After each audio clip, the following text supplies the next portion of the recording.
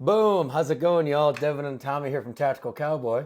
We just finished some awesome night vision training this morning. Got out there about 3:30. Yep. Yeah, it was a damn good time. So we won't wear these the whole time.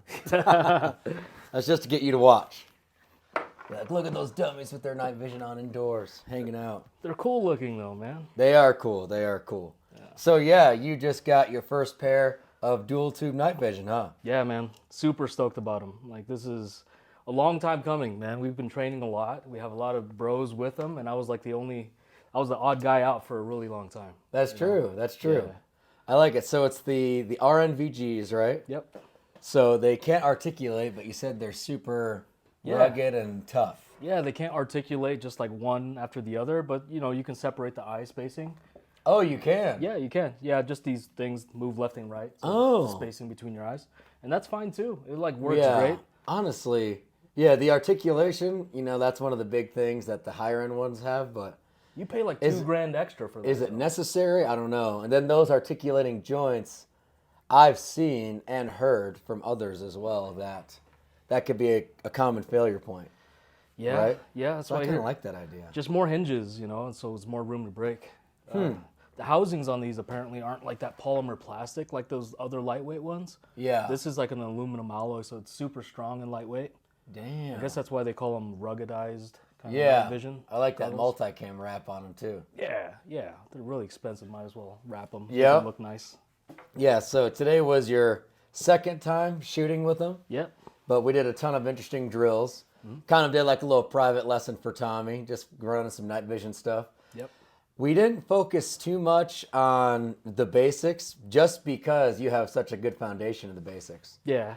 Most of the time when we do stuff with people with night vision, it's a lot of presenting, finding the dot, maybe working the laser, drawing your pistol, finding your pistol red dot, all that kind of stuff. But you pretty much had that squared away immediately. Yeah, I'm still not as comfortable as I am without nods. It needs a ton of reps, but I think it was pretty similar. Yeah, so we started on that. Then we got into, I think, a little more stuff that if you're a pretty solid shooter, you're going to have to do when you get night vision. And that's transitioning from rifle to pistol, making sure you're finding that dot, reloads, tack reloads, which was pretty interesting. Yep. Honestly, though, after like 5-10 reps, it was squared away. Yeah, it's pretty much, I'm used to looking at the magwell, making sure I put it in the magwell correctly. But then, like your depth perception, like the focus here and the focus in the distance, completely different. So keeping your eye on the target and just knowing, being spatially aware where your equipment is at was different to me. So instead of looking down, I'm just trying to manipulate things without it. Yep. Yeah. And then the whole meat of it actually ended up turning up into, we did a bunch of like small little movement drills. So moving in a square, shooting in each position of the square, and then moving in depth and out of depth. And what do you think about all that? That was interesting. Yeah, I don't run and move and stop and go as quickly as I normally would without nods.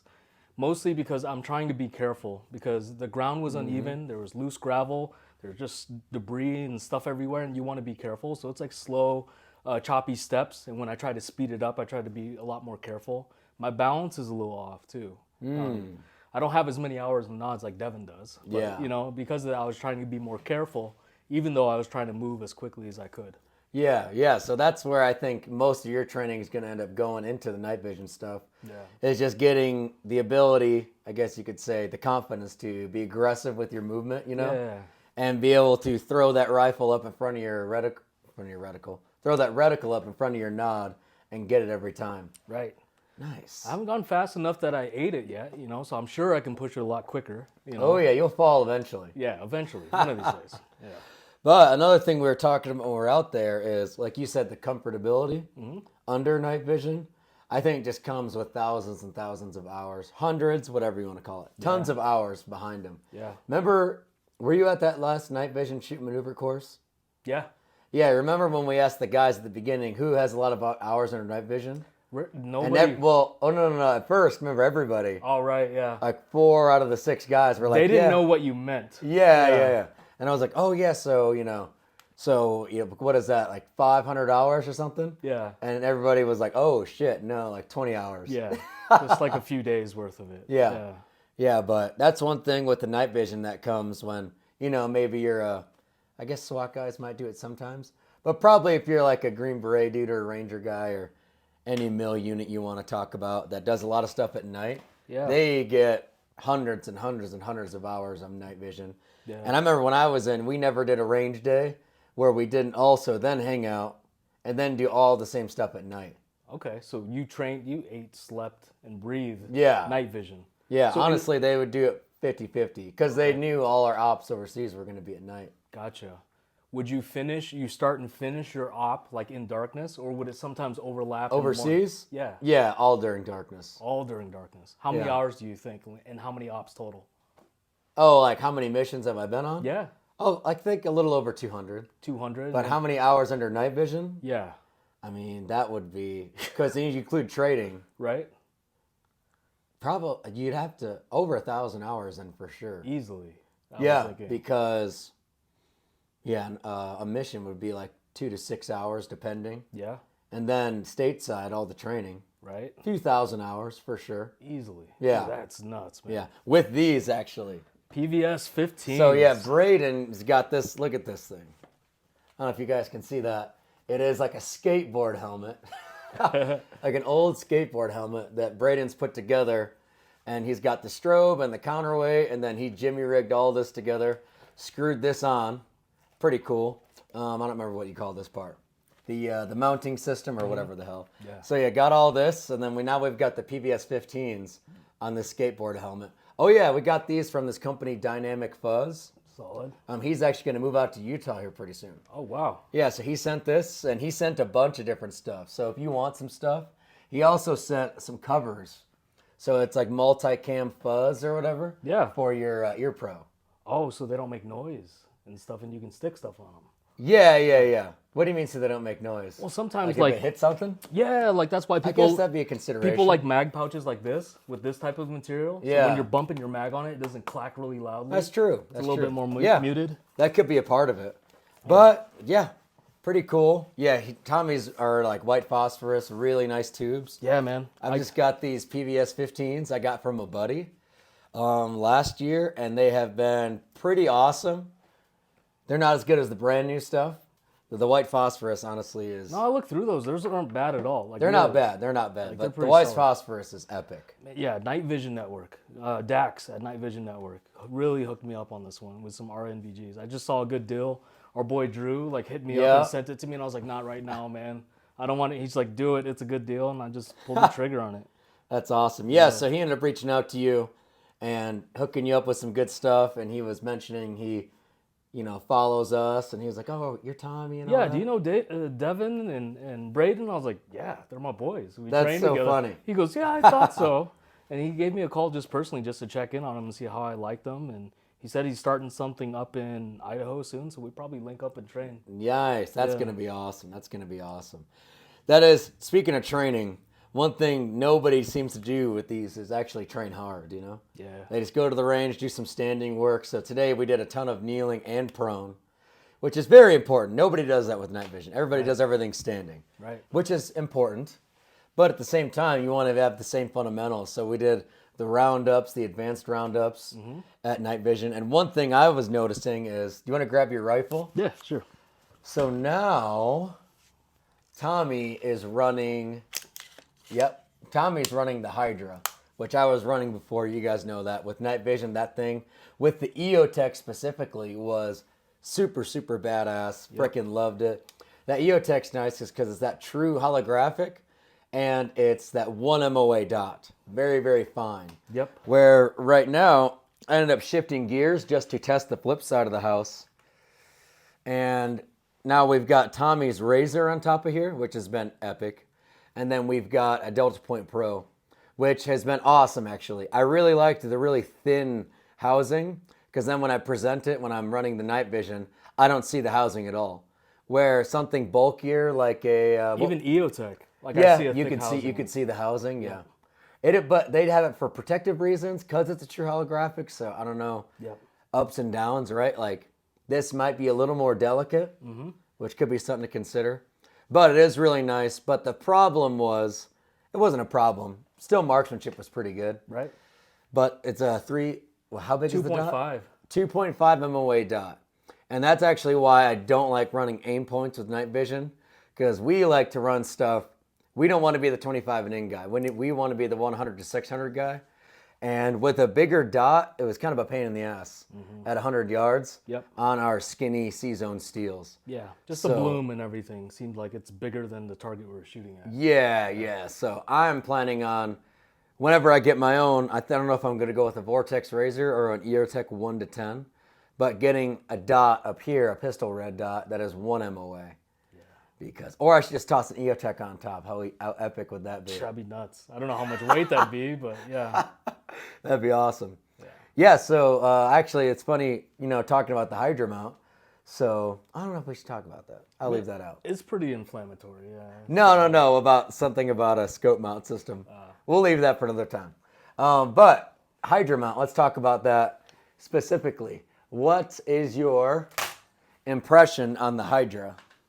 Just visually, it's like the funniest looking thing I've seen. Ooh, visually. Just because you don't see rifles set up like this ever. It's like, and when you do see it, it's pretty recognizable. Everybody knows what it is. Yeah. But the more and more I train with it and the more I work with it, it just looks cool and it seems natural now and it makes sense. It really, like your color scheme right now is sick. Oh yeah, this is a typical It's block. all black and tan, back and forth, different aspects of the rifle. It looks awesome. Yeah, some of the same stuff you guys ran overseas, It's kind of like an homage to Mark that. 18. Yeah, it's a for Mark sure. 18. Yep. Solid. So it's your first time kind of running it hard. Yeah. Under night vision with the Hydra, and what did you think about that? The heads up position is so nice, man. Yeah. Because I did a bunch of dry fire and even shooting with just like no mount at all. Yeah. I had to bring it so high up on my cheek just to get before you got the Hydra. Yeah. Mm-hmm. Yep. One thing else I noticed is when you were trying to manipulate your weapon mounted stuff in the prone, it was pretty nice where you were able to do it and your hand wasn't in the way. Right. Of the laser. Yep. Which is pretty important. Yep. Now if you let me see that. Yep. If you had the laser up front right here, you'd have to grab back here, which I think that would be less than ideal. So you've got everything set up damn near perfectly right now. It's pretty badass. Feels good. Nice. Yeah, so Tommy was saying out there how with the short Mark 18 rail space, this has been super, super effective for him. Yep, that's the problem. When you add a pack on the rail with the pressure pad, it just takes up everything, and then all of a sudden you just feel kind of scrunched up when you're actually presenting the gun. But now it can go all the way forward, and it feels really nice, and it's balanced too for some reason. Yeah, super balanced. It looks heavy, but for some reason it feels light when you're just transitioning targets. Oh, it's and moving nice. Around. It's about balance, right? Yeah, I'm noticing that going to this type of a setup. If I'm running, doing some fast stuff from the standing position, and I've got my light out here, my laser out here, this bipod, because if I'm going to run a 1 to 10, I might as well have the capability and run a bipod so I can actually stretch it out easily to 500 lately, which has been nice. But yeah, doing fast movements, like we're doing stuff for the operator course, kind of a pain in the ass. Where when I was running this same rifle, but with that setup, all the weight was back. And it felt extremely light. Yep. Even with the can up front, it's just like everything's back here and it's just pointable. I was actually talking to Cole from GBRS about that. I was telling him how you noticed that. And he's like, yeah, man, it's a game changer. It is. Yeah. And you were hitting out to, we did 300, 530, and 700 with that. Yeah, 500, I was sending them quick too. I was like, bing, bing, bing. And hit all three. 700 got a little tough. Yeah. But it was only 55 grain PMC bronze. Yeah, out of a 10.3 inch barrel. Yeah. Yeah. So, and do you have the drop reticle on that or no? No, not at all. Yeah. So what so we ran 100 yard zero on this, just like I did. And it was at 300, aim, just high torso. Yeah. Not at first we were thinking maybe above the head. Yeah. But no. I was just here. Yep, and that was getting good center mass hits. And where was it at 500? 500, it was above the head, probably like almost a full target. Yeah, I remember that. Yeah. So, because at 500, you're probably looking at least a 60-inch drop. So that's about a full target's height, right? Yep. So full target above, but you were hitting them no problem. Yeah. And 700 was starting to get up there. I had to and we tried 1,000. Yeah, we tried 1,000. I ran out of glass. So on the magnifier, I was like, I couldn't see the target in the magnifier I was holding so high. Mm-hmm. Yeah. Yeah, so 700 worked out great. 1,000 didn't work out that great. And then the ammo Yeah. was struggling for sure. Yeah. But these are much more capable than people say. Like, Oh, it's like, yeah. oh, yeah, it's only good to 500 yards or whatever. It's like, no. Yeah. Even with short barrels, you can reach out that far. Yeah, for sure. Short barrels, tall mounts, whatever, it all can be done. Yeah. Nice. Another thing is that shooting prone with one of these Hydra mounts, cake.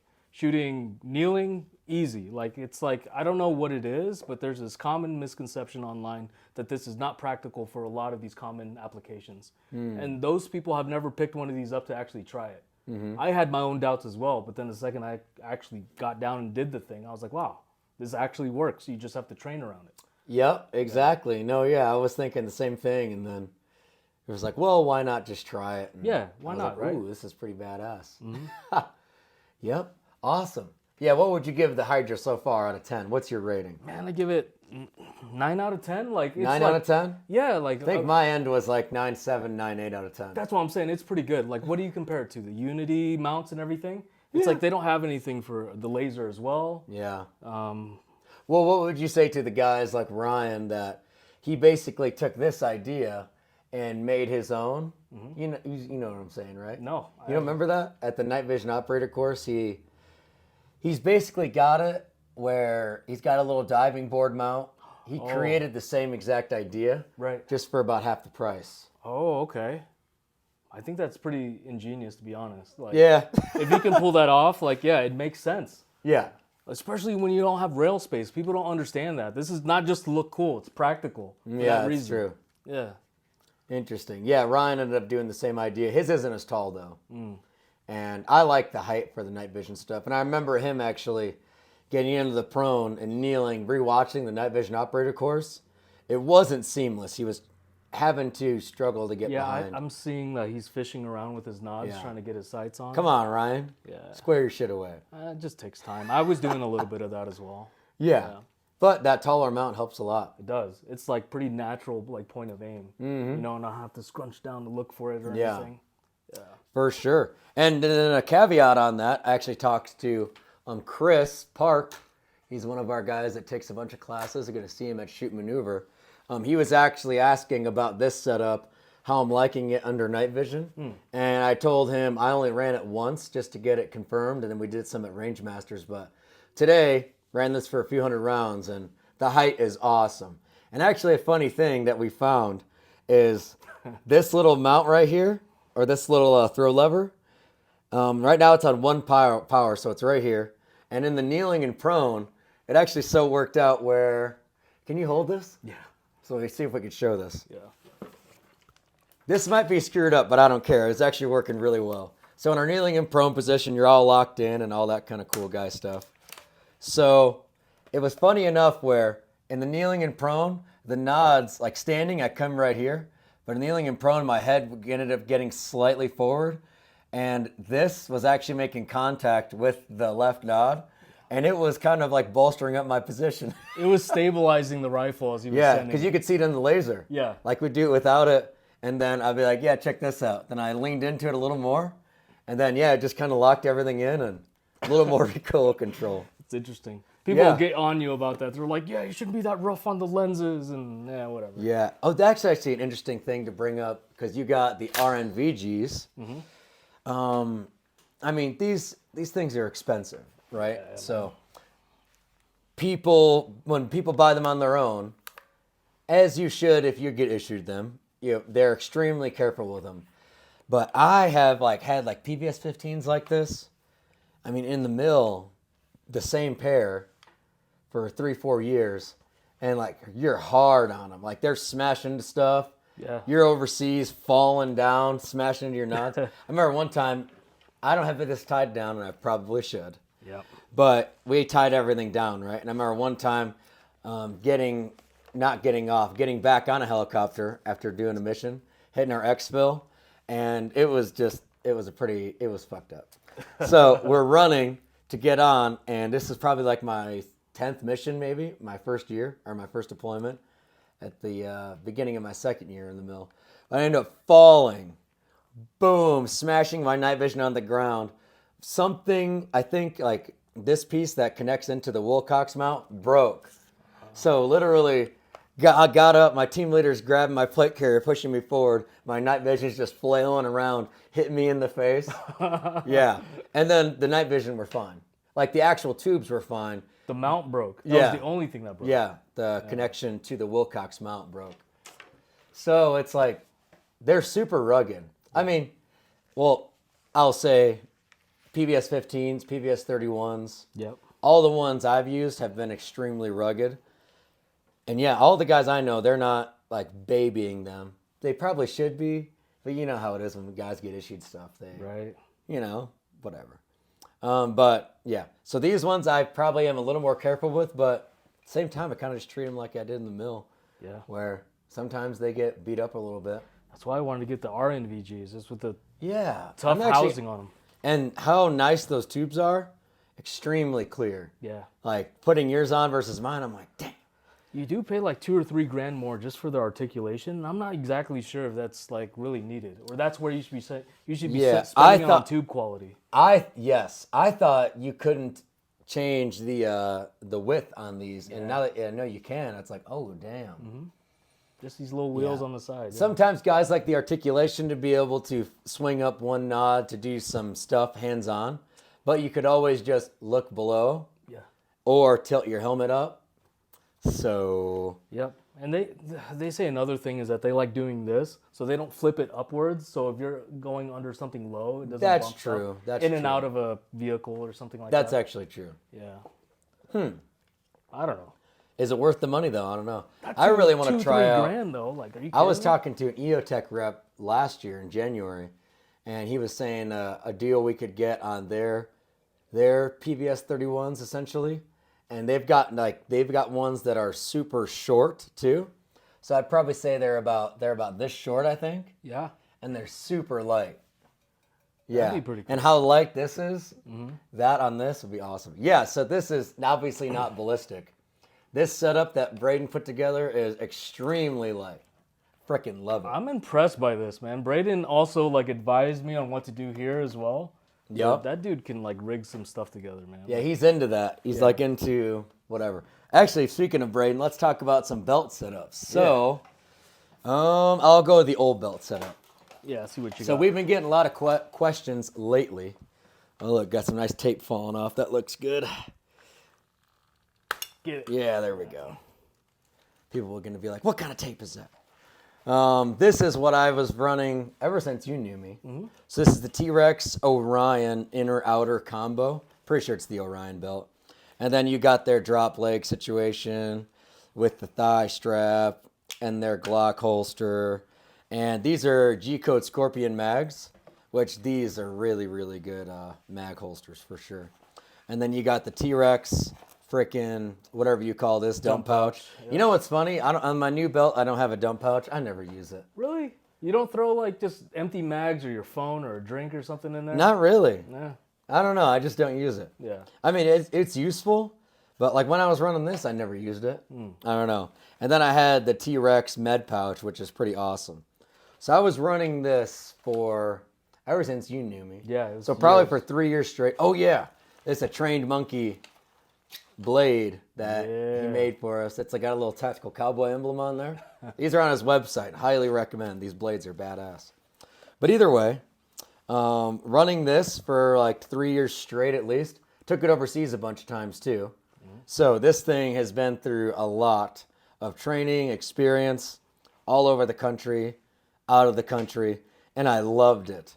One of the main reasons why I loved it is because if you're thinking about being prepared or whatever situation you're in, right? Maybe you're executive protection guy, and I don't know, your executive protection overseas, in country, and you don't want to be rolling around all the time with your inner belt. Right. On. A little fuzzy one. And who knows, you're going to the gym, you're living your life instead of always having this inner belt on ready to connect.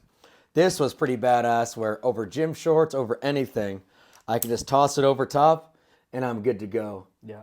Pretty convenient. Now the downsides are it has a little bit of movement, right? Yeah. I never had issues like full sprints or anything, but it would move a little bit. Yeah, if you do it tight enough, it doesn't move very much. And then the texture on the inside of the belt is like a rubber thing. A neoprene. Yeah, it Yep. has a lot So of it friction grabs. on your clothing. Yeah. Yeah, so this was really, really good for me, and I was a huge believer in it. And then, trying out the Hydra mounts and everything and getting to those homies over at GBRS out there in Virginia, out east and all that, they ended up suggesting, hey, why don't you try one of our belts? That's the inner-outer combo. So I'm wearing the inner right now with the hook, and then the pile is on the outer belt. So a lot of guys that I know, a lot of professional guys really, really like this setup, and it's fantastic. The main reason why I didn't run it before was because it's not very easily adjustable. So if I had to put this on in a pinch and I didn't have the inner belt on, I felt like it would rattle around just as much, if not more, than the T-Rex inner-outer Orion belt. Yep. So it's like, yeah, the T-Rex one wasn't as stable as this setup with the hook and pile. But for all things considered, it seemed to be a good go-to, right? Yeah. But they were like, yeah, why don't you try it out? So I figured I'd try it out. And first off, this thing is crazy rigid. Yeah, it doesn't flex at all. Putting pouches on here was a nightmare. Right. Thankfully, I had Braden to do everything for me. There you go. But, so here's the belt. It's got that Cobra buckle, pretty standard. This for your line to hook into. And then here's actually their pouches. Some of their mag pouches, they've been really, really good. Never had anything fall out. All that. There's actually supposed to be, I have it, a bungee system with this. I never ran it just because I've noticed with the plastic mags, it holds just fine. Yeah. With metal mags, like the SIG mags and all that, or maybe does the CZ have metal mags? Mm-hmm. Yeah. Yeah. So with metal mags, I noticed that the bungee is kind of necessary. Gotcha. But I've seen that with metal mags actually a lot. I don't know. It's just too smooth and just slips right out. Yep, exactly. But yeah, got their double mag pistol pouch, their single rifle. And then this is a different blade. One of my buddies sent me. Bad Mother Blades. He's a 275 Ranger guy. Yeah. This thing is super badass. It's actually double-edged, so pretty cool. Sick. Yeah. So Braden actually Jimmy rigged that on there as well. And then we got the GBRS IFAC, which has been pretty good. The only comparison I would say is that the T-Rex IFAC has that, whatever you want to call it, that pull tab that you can pull it out. Yep. This one, it's simply just you press the clip and you can pull out the contents. Bam. Which I think is good and bad, right? Yep. Because that means you're deploying everything and you ain't getting it back in. Exactly. Where this could be nice, where if you just need a tourniquet or you just need one item, Yep. which could be the case, you could just run with it. And then we have actually behind the pistol their 308 mag pouch, just in case we run our bolt guns and all that. Yeah. But also it fits an iPhone, the bigger iPhone, perfectly. Solid. There you go. So that's what we got. And then a Safariland. Oh yeah, and they're all about this True North. True North, yeah. That's what they recommend with their belts. And first time I've used it, pretty badass. Finally on it, we've got an extra tourniquet because I don't think you can have too many tourniquets. Yeah. And one of our guys, Jake, the paramedic that you met, he talked about how, I don't remember exactly, it was the IFAC on the hip. When he was overseas in Afghanistan, guys would step on an IED, get blown off, and their IFAC would get blown away. Oh. So they ended up making an SOP for their unit, IFAC on the hip and tourniquet on the shoulder. Wow. Yeah. So I don't have tourniquet on the shoulder because I don't wear a uniform all the time. Yeah. But I have actually Jimmy rigged this tourniquet on here. And it's kind of got this, they send you with this. It's like to retain the rest of your belt so then you don't have to cut it and all that kind of good stuff. And it's kind of interesting. So I got Paul right here and I got the cat tourniquet right here. So this is kind of a last-ditch effort, but it's kind of nice, I think, to have a tourniquet on the front or the back. And it's held loosely by this. And if you yank on this, it'll come off for sure. Yeah. But that's the thing I've noticed. Actually, guys, a lot of them have wanted to run tourniquet on front too. Yeah. But getting it out of the prone and all that stuff, if they're just held on by the rubber bands, I've seen them come off. I see. Because the rubber band just gets destroyed over a few range days and when you're actually out in the shit. Yep. And then now you're just running around on one day, your tourniquet just falls off. So this has been interesting. This is not what this is designed for. So I was just looking around like, how could I put a tourniquet on here? And I was like, oh, okay. So this, I would have to grab right here, pull up and pull out. Oh, there we go. So it took me 2 little tugs up and out, but yeah, then it came out. So is it a little too secure? I don't know. I mean, I've done that where pull up and out. Oh, cause one more pull and it comes I out. think that's fine. You're not trying to be careful. You're trying to be quick, so just yank it out. Yeah, but the flip side of it is, do you want to have to worry about that if you have an injury? True. I'm not sure. I'm going to consult with Jake about it. But then the other flip side is, there's the rubber bands. I mean, you're just going to have to replace them nonstop, which isn't a big deal. Yeah. I mean, before a mission, you might be interested in this too. Before every mission, we would replace all of our batteries, all of our everything. Oh, really? Talk about wasting batteries. Oh, I thought you would just check everything. Oh, no. You're replacing them. Well, Dang. you're supposed to replace them. Yeah. But anyways, yeah, all this is a very thin little hook and pile nylon strap. But yeah. So would it maybe be the right answer to just do it rubber bands and replace it very often? Possibly. Yeah. Possibly. But I've just been kind of playing around with this idea. Thankfully, I don't live in a war zone, so Right. Yeah. I'll put that back together later. As you can see, though, even if you had a rubber band on it, it's still going to have some extra retention because it's pile right here, and you Yeah. got the cat tourniquet. So I could probably run it rubber banded, and even if the rubber bands got destroyed, it would still hold decently. I don't know. It depends. It depends. Yeah. But yeah, I've really been enjoying running a tourniquet on the front as well. Overall, what do you think about the belt? Just using it, the mag pouches, reloads, like what do you think? It's been badass. It's been badass for sure. Higher quality than I expected. Yeah, especially with, the first time running one of their belts, it was fantastic. I don't know. I've been impressed. A lot of people complain about a lot of their products because they're maybe a little bit more expensive, Okay. right? But the Hydra and then running all of this, I've been impressed. I've really liked it a lot. I don't know if those opinions actually matter, if they actually haven't tried. Yeah, that's true. thing. Exactly. It's just their visual perception of it. That's it. Exactly. I try to withhold judgment until I try something myself. There you go. Yeah. Yeah, I totally agree.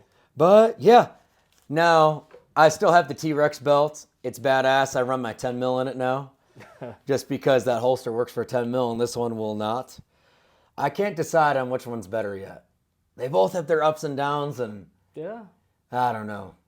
Can't make a decision yet. 10 mil I've noticed is a great training tool. Yeah. You know, like yeah. if you shot 10 mil That's for true. 2 weeks straight, and then you go back to 9, you're like, oh, this is cake. You know. Yep. Oh yeah. So I just want to show you how I did this. So this comes with their little shindig right here, their belt. So I just place the cat on the pile. This actually ends up pretty simple. So I come over top. Whoop, come on now. Loop this underneath. Loop this over top. And then that's it. So before I had it a little tighter, now it's a little bit looser. Let's see how that goes. So if I put it in the middle, how I had it. See, it's a little bit looser. I had it a little bit tighter. Up, out. Nice. So maybe I was running it just that one a little bit too tight. Yeah. And then, yeah. I'm okay with retention, man. Like Yeah, retention's important. we're doing tactical burpees. We're like crouching, true. we're running, like we're bumping into stuff. Like But yeah, it's pretty interesting. What do you think about that? This little tourniquet setup. I think it's awesome, man. I've seen similar ones before, mostly rubber bands and other things. Mm-hmm. But it's not like it's your only tourniquet. So if anything happens to that, you have a backup. Yeah. As well. And I actually have 2 more backups. Yeah. Should I get into that? Yeah. Let's take a look. All right, a little bit looser than I had it because this is all an experiment. And then feel pretty confident. Boom, push out. So I got the cat tourniquet right here, the cat tourniquet right here. Pop open this bad boy. We've got a marker in our NPA. And then I've got a chest seal and 2 things of quick clot gauze. Nice. Because 2 is 1, 1 is none, right? Right. And then I have 2 ace wraps.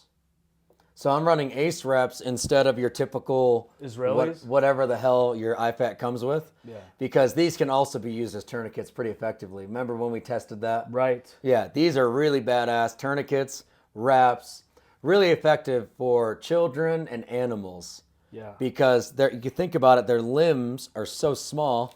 Up, out. Look at that, it worked again. Their limbs are so small. With the cat, like this width, if their limb is like a tiny little dog or a 2-year-old boy or a girl, their limbs so tiny, this could be not as effective. Yeah. Because then you're like, oh shit, it's not getting tight enough, right? So we had a pretty awesome live teacher course that I got to go to October of last year, I believe. And we were doing it on animals, on goats and stuff. And they were treated awesome. Everything was by the book. But yeah, we were using all of these. We didn't use any cat tourniquets. Oh, dang. Yeah, they wanted to train us on maybe some non-traditional means, right? Yeah. Because every dude that I was there with knew how to use this freaking cat tourniquet. Yep. But they were having us use this, t-shirts, interesting stuff to get hands-on. Like, oh, what if you don't have your super big badass IFAC that's 4 or 5 casualties? What if you just got what's on your hip, but there are 4 to 5 people injured? Yeah. Right? What are you going to do? You have You're to be gonna resourceful. improvise. Use anything Exactly. you got. Yeah. Those things were slapped on me during the tactical retreat. The tactical retreat is Oh, when yeah. we take these guys out for 2 days into the wilderness. We do land nav, small unit tactics, that kind of stuff. And the last day when everybody's smoked and we're hiking down, I get shot, right? Mm-hmm. And they have to patch me up. I don't know who slapped one of those on me, but I couldn't feel my toes after 5 minutes. Yeah. Like, it was solid. Yep. Now, the caveat to that is, oh, well, is that completely necessary? Well, maybe not, because it might cause unnecessary tissue damage. Yeah. That's why the rat tourniquets aren't approved by TCCC, right? Yeah. Another interesting thing to bring up is Jake's recommendation on the tourniquets. So Jake, remember how I like to stage them like this? Ah, yeah. Yeah, so I've actually got, let's see, did I just switch these out? I can't remember. Either way, I've been experimenting with his recommendation. So I like this for self-application because I can whip it out for myself and it's already looped, and then I can pull harder if I need to loop it around somebody else. So I am going to end up running this style on the front. But on the back, Jake is, no, I haven't switched around. I switched it out just to talk about it. But either way, Jake actually recommends he doesn't have them pre-looped. Right. And he's a paramedic in Chicago. He just has it folded up. The guy's super squared away. Yeah. But he has his folded up, the one on the hip. Well, I'm going to run like this one on the hip. But he does it with all his. He has them not like that because he discussed how in all of his experiences, especially in Chicago, there's a good amount of them, right? Chirac, where people's, or overseas when he was doing that stuff. Yeah. When people's limbs are blown off, trying to do one of these and loop it up around their leg, you're causing tons of immense pain and all that kind of stuff. Yep. So he actually doesn't have his pre-looped, which I found pretty interesting. You saw that happen on the tactical retreat, right? Yeah. I was like, oh, my leg. And they were like fumbling with it, trying to get Yeah. it over my toe and my big ass boot, And you had to tell them just to like remove it like that and just slide it under my leg. Exactly. So I'm going to run the one on the front, which would make a good amount of sense for self-application, right? Because it's easy access. Look at that. Now that's a perfect width. I can just leave it right there. I can slide this bad boy in. Nope, just going to have to do it. Yeah, it's not really elastic. Yep, exactly. Anyways, on the front, I'm going to do my style with the pre-looped and then have that pull tab essentially. Oh, wrong way. And then on the IFAC, which would traditionally be somebody is there using your gear, right, because you just got injured, I'm going to do the opposite. I'm going to do Jake's style. I don't know. It'll be interesting. All of this stuff is always evolving, and med advice is totally different than when I was in. Not totally different. I'd listen to Jake, though. He lives it. He's Chicago, man. He's a current expert, that's for sure. Yeah. But yeah, just never get too into that mindset of there's one way to do things, right? There's a lot of that nowadays. About any Yeah. subject, there's no room for nuance. Everybody's just black and white about everything, and I just don't understand why. Yep, exactly. They want to be right about everything, and then always somebody's like always wrong. Yeah. Oh yeah. But yeah, long story short, the GBRS belt has been fantastic. I love it. Yeah. I love it. Honestly, I've loved all their stuff. And yeah, like you say, sometimes they get some heat on some online forums, but most of the times that's probably people that don't actually use the stuff. And yeah, they're just clowning from their computers. They're just watching too many movies, playing too many video games, and not spending enough time on the trigger and Yeah. actually testing their gear. So what kind of belt is that? What This is setup pretty is that? pretty typical. This is a Ronin belt. Oh yeah, those are popular. Yeah. Those are popular. Same thing. The hook is on this side. The fuzzy is the belt that I wear. Yeah. This is actually T-Rex Arms ones because I like it. But Nice. yeah, same thing. And I like these mag pouches. These are S-Tac. Yeah. Those are popular too. Yeah. And like I said, like they're quieter. You know, they're more durable that way. They don't clack around when you're trying to. One thing I like about these is easy for the tack reloads and that kind of stuff. Yeah, the restowing of it. Yeah. You're not like trying to fish around trying to figure out where it's at, but yeah, it just goes right into it. Mm-hmm. Yeah, same thing. I love the buckle on this thing. It works really Cobra well. buckle standard. Yep. I always keep my gloves in the front because if we're doing anything where we got to go prone and there's glass and shit all over the ground. Yeah, because we're at a public land and Yeah. people like to trash the place. Yep. I like to wear gloves. And also when the barrel and your handguard heats up, it's always good to keep it on your support hand. Mm-hmm. So I keep those there all the time. And this is a pretty typical setup, you know, from made famous by Lucas Botkin and T-Rex Arms. Mm-hmm. This is T-Rex Arms Ragnarok with your typical Safariland QLS system. This way you can swap out any kind of rifle that you want, right? Or any gun that you Sorry, I want. was just making sure it's still going. Oh, I always do that every once in a while. yeah, it might have died. Yeah, so this is just the fork and this is the acceptor. And if I want to run one of Devin's Glocks or something like that, we can just swap holsters. And we did do that one day. Yeah. Testing for the operator course. Yep, exactly. Yeah. And then this is the UBL mid-ride, just so it sits a little bit lower on your leg. And then the T-Rex Arms leg strap, just so it doesn't flap That around. is a good leg strap. It is. Yeah, interesting. When Yeah. we got this one in the mail, I was interested because it was very thin. I wasn't sure how I was going to like it. And honestly, I haven't even noticed any difference. Yeah, it's just thinner material. Yeah. It's been fine. I like this one because it's a little elastic. The flex, yeah. Yeah, it's a little spongy. Yeah. So that's why I thought I was going to have a problem with this because it's just tight. But honestly, I haven't even noticed any difference at all. Yep. But yeah, gear. Gear is super cool. Everybody loves gear. Yep. Oh, another thing that we've been testing out from those GBRS dudes, got to run this is this whatever you call it. Mod Light hot button. Okay, yep, that's what it's called. This, and then they've got extra long leads, which has been pretty nice because it's designed for that. Yep. But then I ended up putting it on this anyway, so now they're just wrapped up underneath this tape. Yeah. But yeah, it's been really, really nice. I really like how it's very obvious. This is for the white light. I like how it's very obvious. A very obvious click, right?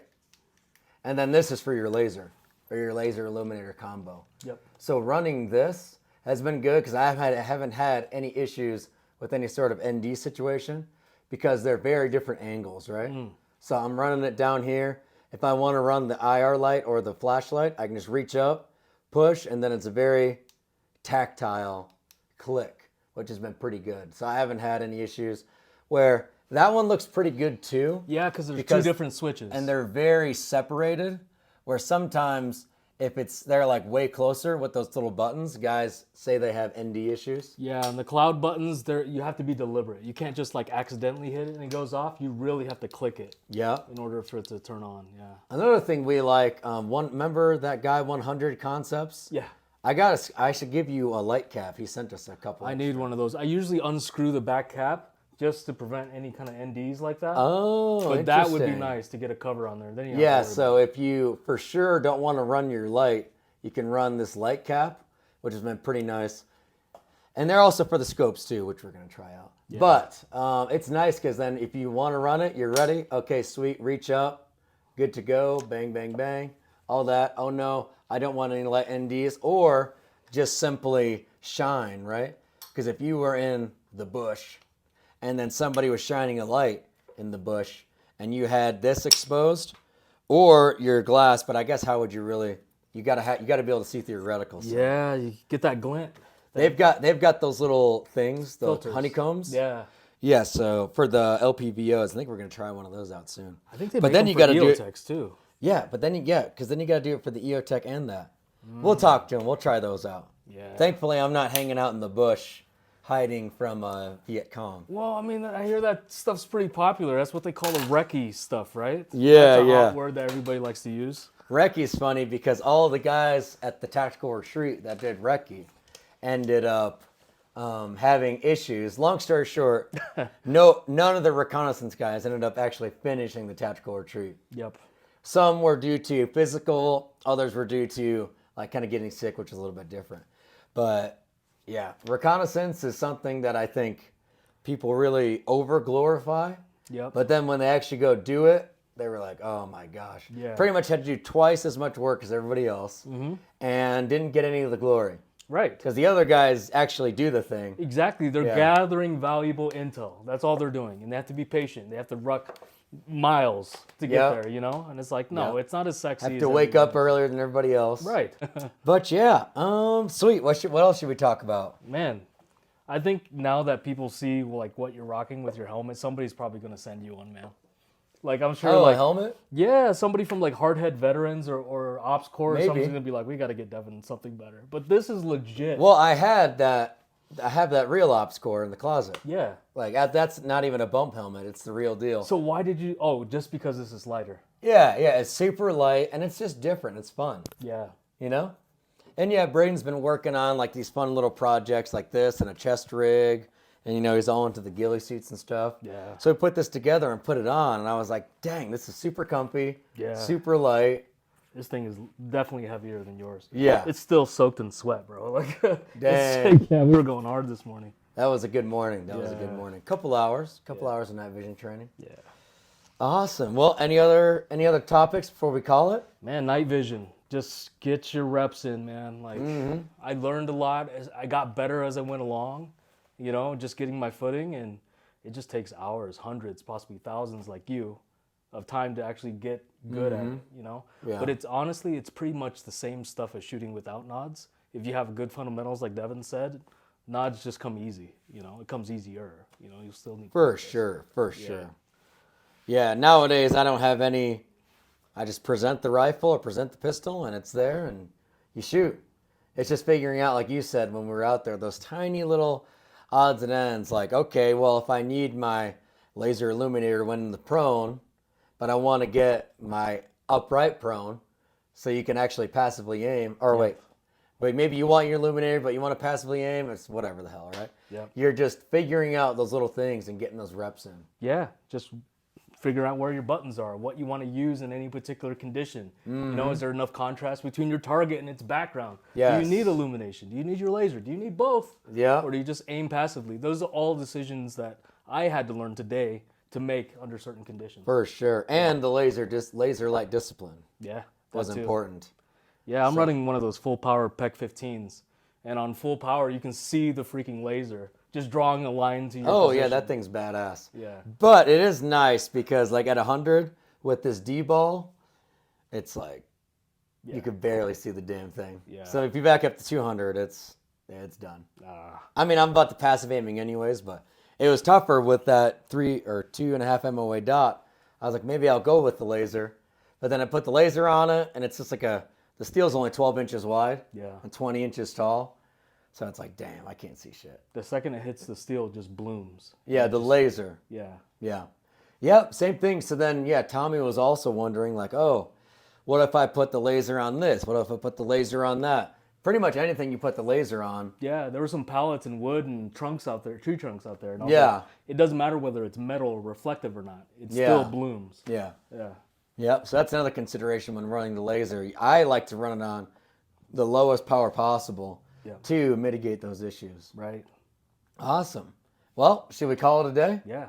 Yeah, good morning, bro. Yeah, that was a good good time. training. Thanks. What is it, about 8 a.m.? 8 a.m. Yeah, we started at 3 a.m. this morning, man. Yep. Bright and early. Yeah. So, I'm going to put together a fun little video of our shooting this morning, and then I'm going to try to put this up tonight. Oh, awesome. Yeah. So I've actually started to really figure everything out where I can extract the audio, put it on iTunes. Blake's going to be like, thank God. Yeah.